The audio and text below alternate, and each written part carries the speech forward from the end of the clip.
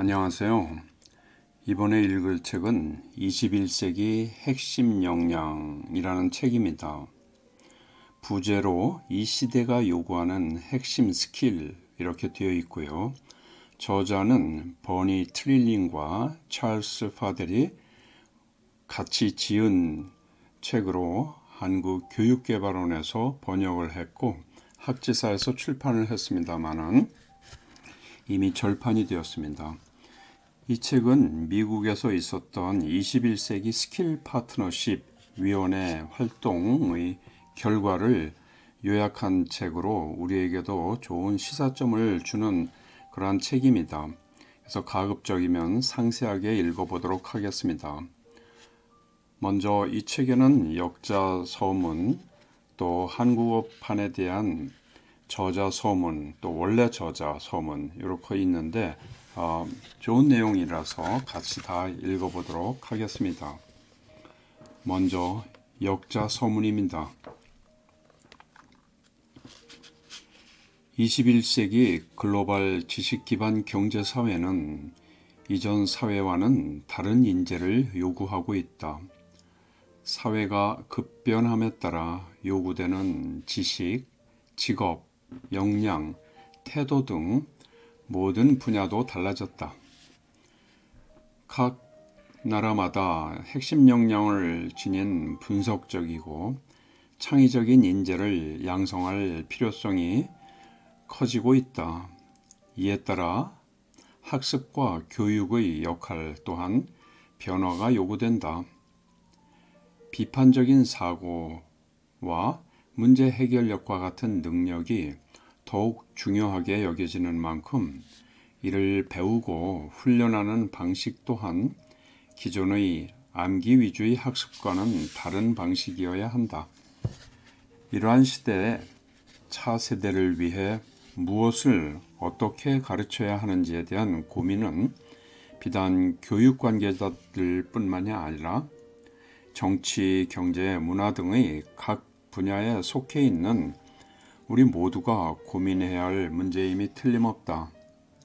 그간 21세기 스킬 파트너십, 약어로 P21 위원회에서 활발한 활동을 펼쳐오고 있는 버니 트릴링과 찰스 파델은 이 책을 통해 21세기를 살아가기 위해 학습해야 할 내용이 어떻게 변화하고 있는지 자세히 기술하고 있다. 또한 이러한 변화가 학교에 어떠한 변화와 발전을 이룰 수 있을지에 대한 깊이 있는 분석을 바탕으로 우리 시대에 맞는 교육에 대한 혁신적인 접근법을 제시하고 있다. 2011년 5월 서울 광화문에서 찰스를 처음 만났다. 한국교육개발원에서는 글로벌 에듀케이션 리더스 프로그램 국제회의를 개최하였고 찰스는 세계화 시대의 교육이라는 주제로 강연을 하기 위해 참석한 우리의 주요 초청 인사였다.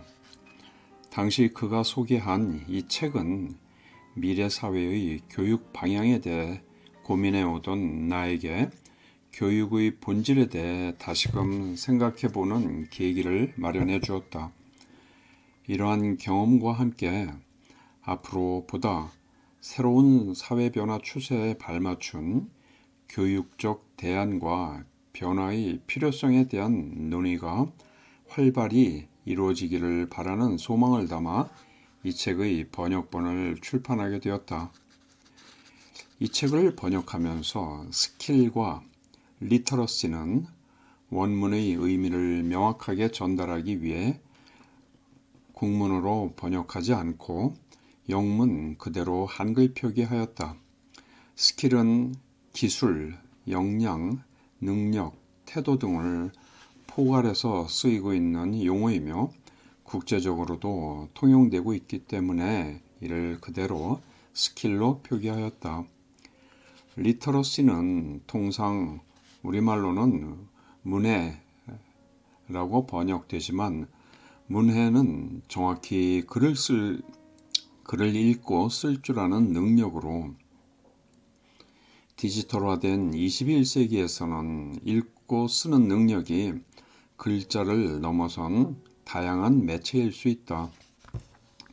이에 문해로 원조의 리터러시의 의미를 정확하게 담기가 어려워서 이 책에서는 리터러시를 그대로 리터러시라고 한글 표기하였다. 이 책을 통해 급변하는 사회에서 요구하는 교육, 즉 혁신적이고 창의적이며 스스로 동기를 부여하고 자기주도적으로 문제를 해결할 수 있는 방법을 제시할 수 있는 그런 교육에 대해 모두가 공감할 수 있기를 바란다. 또한 이 책이 학생들에게 앞으로 성공하기 위해 무엇을 배워야 할지에 대해 분명한 비전을 갖게 하거나 교육에 관심 있는 모든 이가 시대에 걸맞은 교육에 대한 접근법을 찾아갈 수 있는 로드맵이 되기를 희망한다. 끝으로 이 책의 번역 및 출간을 위해 수고를 해주신 여러분들과 또 책 출판에 관심과 격려 그리고 성원을 아끼지 않은 모든 분들에게 사의를 표하는 바다. 2012년 8월 한국교육개발원 원장 김태환. 한국어 판 저자 서문. 모든 대규모 프로젝트는 진행 과정 중에 예상치 못한 우여곡절을 동반하며 그 프로젝트만의 고유한 특성이 생기는 것 같다. 이 책의 영문판이 출판되면서 우리 저자는 21세기의 삶과 학습에 대해 우리 학생들이 보다 잘 대응할 수 있도록 노력하고 있는 여러분과 같은 수많은 독자들을 만나 대화하고 교감할 수 있는 훌륭한 특권을 누려왔다. 우리는 세계 곳곳의 교육자, 학부모, 독자가 매우 도전적인 시기에 학생들과 학교 모두가 보다 성공할 수 있도록 열정, 전념, 에너지, 혁신을 보여준 것에 계속 감동하고 있다. 우리는 이제 글로벌 21세기 학습운동의 영향력이 얼마나 큰지 또 이러한 움직임이 세계적으로 얼마나 널리 퍼져 있는지 알게 되었다. 여러 가지 긍정적인 영향 중 세 가지만 사례를 들어보겠다. 국제적으로 널리 통용되고 있는 국제학업 성취도 평가 피사를 개발한 경제협력개발기구 OECD와 이의 34개 회원국은 대규모의 스킬 전략 사업에 착수하였다. 이 사업은 특정 직업에 필요한 스킬 대비 기본적이고 일반적인 스킬의 가치, 사용 가능한 스킬과 업무적으로 필요한 스킬 간의 불일치 범위와 그 영향, 그리고 회원국들이 필수적인 21세기 스킬을 구축하는 데 필요한 교육을 제공하는 것과 관련한 모범 사례와 같은 문제를 조사하기 위한 것이다. 44개의 미국 주들은 이 책에서 소개된 주요 21세기 스킬을 포함한 새로운 교육 기준을 채택했으며 21세기 스킬을 위한 파트너십 단체는 교육자가 이러한 기술을 보다 잘 통합하여 교육 실습에 이용할 수 있도록 툴킷을 출시했다. 비영리 기관인 교육과정 재설계센터는 21세기에 학생들이 무엇을 배울까라는 초미의 문제에 대한 답변을 제시하는 데 전념하였다. 이 조사는 한국교육개발원뿐만 아니라 엘버타, 핀란드, 매사추세츠, 온타리오, 싱가포르, OECD 및 기타 많은 명문 고등교육기관과 단체, 기업의 참여로 전 세계적으로 이루어지고 있다. 글로벌 21세기 학습 담화는 지식과 스킬 관련 양자택일을 토론을 넘어 현재 우리 시대가 가장 필요로 하는 지식, 스킬, 인성, 이 모든 것을 어떻게 최대한 개발할지에 있다. 신경과학 분야의 최근 연구 결과에 따르면 지식은 실생활의 적용을 통해 가장 잘 습득될 수 있으며 내적인 알고자 하는 욕구는 복잡하고 어려운 내용을 배우고자 하는 동기를 부여한다.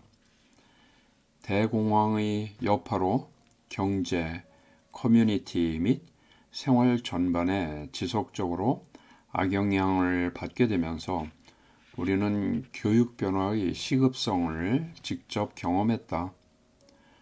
실업률은 세계적으로 높은 수치로 치닫고 있으며 특히 청년 실업률이 매우 높은 실정이다.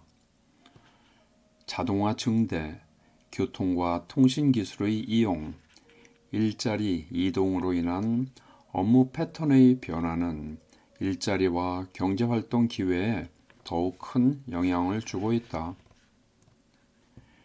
기타 사회복지 서비스를 위한 자금을 찾는 것은 어렵다.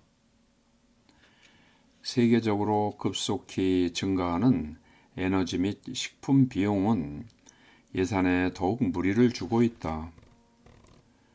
극심한 날씨 및 기후 변동으로 인한 자연재해의 영향으로 어려움이 증대되고 있다. 점점 커져가는 우려 속에 우리는 다음과 같은 주요 질문을 계속해서 받게 된다. 우리 학생들이 졸업을 한 후에 취업에 대비하여 필요한 것들을 배울 수 있고 또 불확실하고 급변하는 경쟁 시대에 맞게 될 문제에 대비할 수 있도록 어떻게 도와줄 수 있을까? 이 책에 나와 있는 질문들인 무엇을 교육하고 왜 어떻게 교육하는가는 이론적인 것이 아니라 현실적이며 시급한 문제다. 우리는 아랍의 봄 혁명을 겪은 국가들을 넘어 그 외의 국가에서 첨단 기술을 사용하며 전통적인 교육을 받은 30대 이하의 많은 도시의 젊은이들이 극심한 취업난에 부딪히고 보다 나은 삶을 위한 강렬한 열망이 있음에도 이것이 실현될 가능성이 없는 상황에 직면했을 때 생길 수 있는 불안을 목격했다. 교육, 경제, 직업, 정치, 사회적 화합은 밀접히 연결되어 있다. 우리는 또한 21세기 교육을 향한 확고한 발전이 계획과 끈기로 이루어질 수 있음을 직접 경험했다. 호주, 캐나다, 핀란드, 대한민국, 싱가포르와 같은 나라의 경험에서 알 수 있듯이 교육 시스템의 전환은 정치 및 행정의 변화를 뛰어넘어 일관성을 유지해야만 하는 지속적이고 장기적인 노력을 요구하는 어려운 일이었다. 하지만 학생들이 대학, 직업, 시민 생활에 보다 잘 대비하도록 하는 것은 그 이상의 가치 있는 일이었다. 이는 모든 시민의 미래 보건복지, 경제, 사회를 위해 반드시 필요한 것이다. 좋은 소식은 이렇게 엄청난 어려움에도 불구하고 보다 많은 학교, 학군, 학교 네트워크, 주 정부뿐만 아니라 전체 교육 시스템과 국가가 이 책에서 소개한 원칙과 실습에 가깝게 다가가고 있다는 사실이다.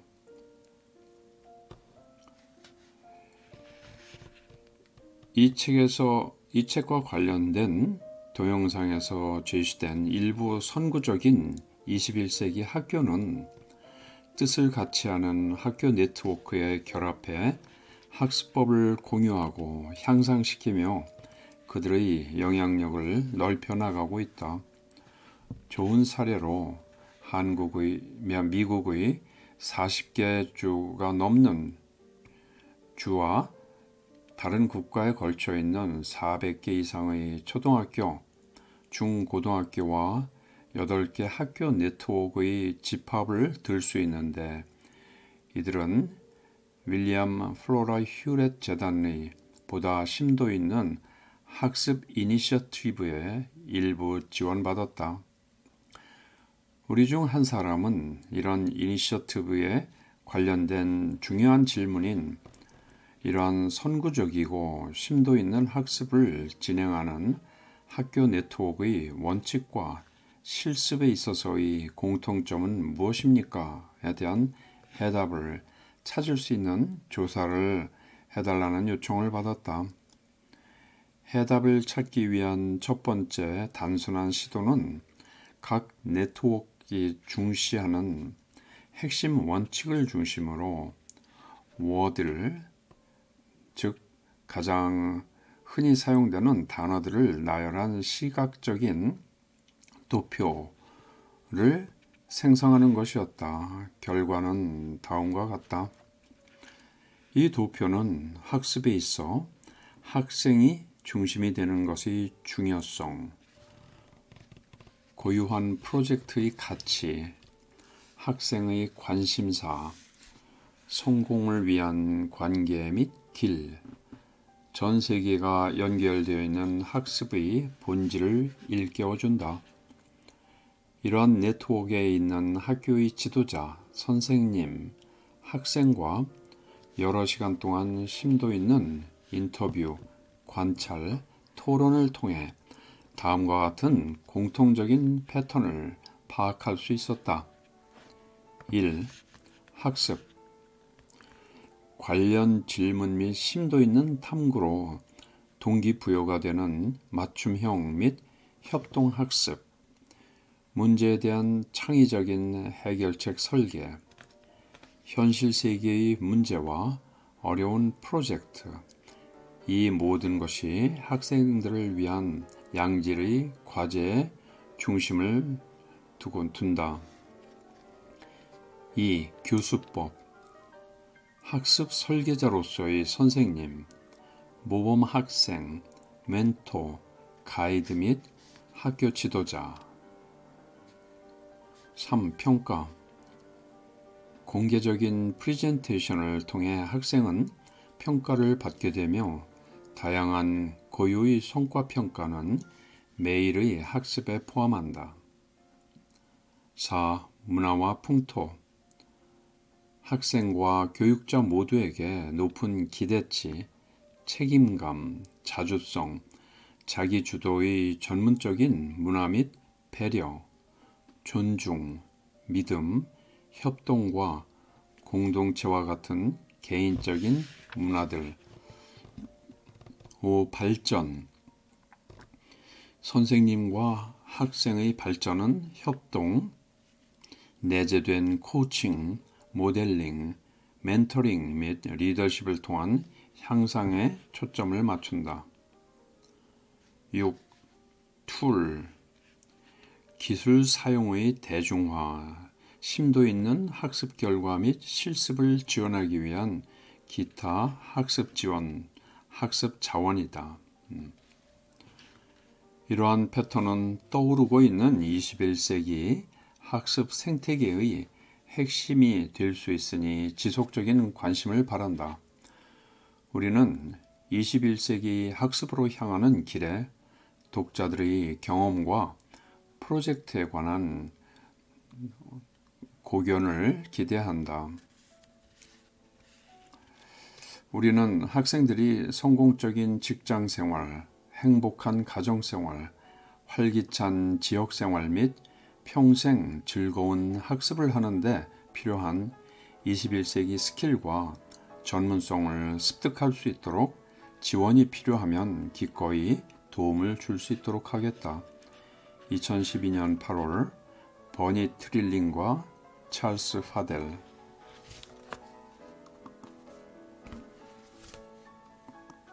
저자 서문. 혁신적 학습을 위하여. 중국 교육부에서 교육 담당 공무원 대표단이 우리를 방문한 적이 있다. 교수 학습에서 혁신적이라고 알려진 미국의 학교들을 직접 보고자 온 것이었다.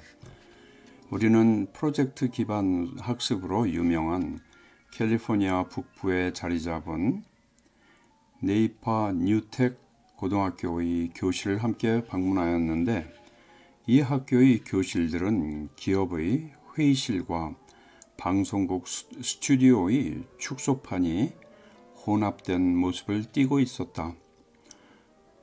통역사의 도움을 받아 몇몇 학생과 교사와 이야기를 나눌 수 있었는데, 그들은 모두 자신들이 최근에 수행한 프로젝트를 자랑스럽게 보여주었다. 최근에는 학생들이 프로젝트의 일환으로 몇 가지 방법을 실천하여 학교의 공과금을 매월 수백 달러씩 절약할 수 있게 되었다고 했다.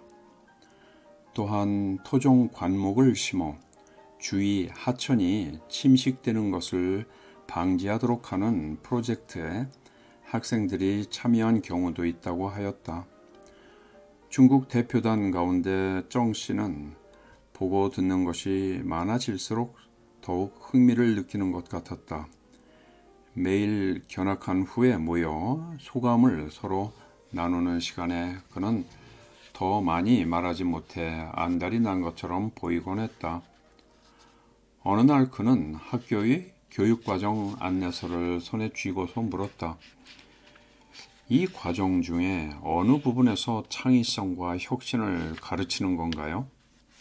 이 학교에서는 창의성과 혁신을 도대체 어떻게 가르치는지 알고 싶습니다. 우리 학생들도 이것을 배우도록 해야 해요. 그 학교의 교무주임인 폴은 크게 숨을 들이쉬고 잠시 생각을 가다듬고선 미소를 띤 채 천천히 답했다. 썩 좋지 않은 소식과 좋은 소식이 있습니다. 썩 좋지 않은 소식은 그러한 내용이 교육과정 안내서에 포함되지 않다는 것입니다. 창의성과 혁신은 아마도 우리가 호흡하는 공기나 마시는 물에 있을 것 같습니다. 토마스 에디슨이나 헨리 포드, 벤자민 프랭클린을 통해 계승되고 있는 미국의 역사에 녹아들어 있다고도 할 수 있겠지요. 창의성과 혁신은 우리의 기업 문화와 도전 정신, 새로운 아이디어를 만들어내려는 의지에도 나타나 있습니다. 차고에서 땜질하며 발명하는 것, 어려운 문제를 해결해 보려는 도전, 새로운 것을 창조해내는 기쁨이 바로 창의와 혁신 교육인 것이며, 새로운 아이디어와 위험을 무릅쓴 도전, 실패, 재도전에는 보상이 따라왔습니다. 특이한 것은 미국의 학교들은 오히려 중국의 학교와 같이 대단히 표준화된 시험 대비 학습에 중점을 두는 쪽으로 변하고 있다는 것입니다. 시험 점수가 학생들의 장래에 큰 영향을 끼치게 되는 시스템으로 점점 바뀌어가고 있는 것이지요. 그럼에도 우리는 혁신과 발명의 정신이 우리 학교에서 수행되는 프로젝트 속에서 여전히 유지될 수 있도록 노력하고 있습니다. 우리는 이러한 스킬이야말로 글로벌 경제 체제에서 성공하고 앞으로 직면하게 될 문제를 해결하는 데 필수 요소라고 믿기 때문입니다. 정 씨는 오늘날 중국의 전통적인 학교 문화에 혁신적인 학습 방법을 도입하려면 어떻게 해야 할지 깊이 생각하는 듯한 표정으로 물었다. 그렇다면 좋은 소식이란 무엇입니까? 라고 물었다. 폴은 웃으며 말했다. 글쎄요. 좋은 소식은 학생들은 적절한 기회와 지원이 뒷받침될 때 더욱 창의적이고 혁신적인 학습을 할 수 있다는 것입니다. 이를 위해서는 정보와 원리를 학습할 것과 문제에 대한 새로운 해결 방안 및 질문에 대한 창의적인 답변을 모색하는 것 사이의 균형을 적절히 잘 잡아줄 수 있는 교사가 꼭 필요합니다. 정 씨는 예의를 갖추어 다음과 같이 대답했다. 아마도 우리는 학생들에게 원리를 더 잘 학습할 수 있는 방법을 알려줄 수 있을 것 같고, 여러분은 우리 학생들이 그 원리를 창의적으로 활용할 수 있는 방안을 알려줄 수 있겠네요. 좋은 협력 방안 아닌가요? 정 씨의 이 말에 우리는 웃으며 대화를 마무리했다. 이어 악수를 한 후 학교 정문에서 기념사진을 찍었고 방문자들은 다음 견학지를 향해 이동했다.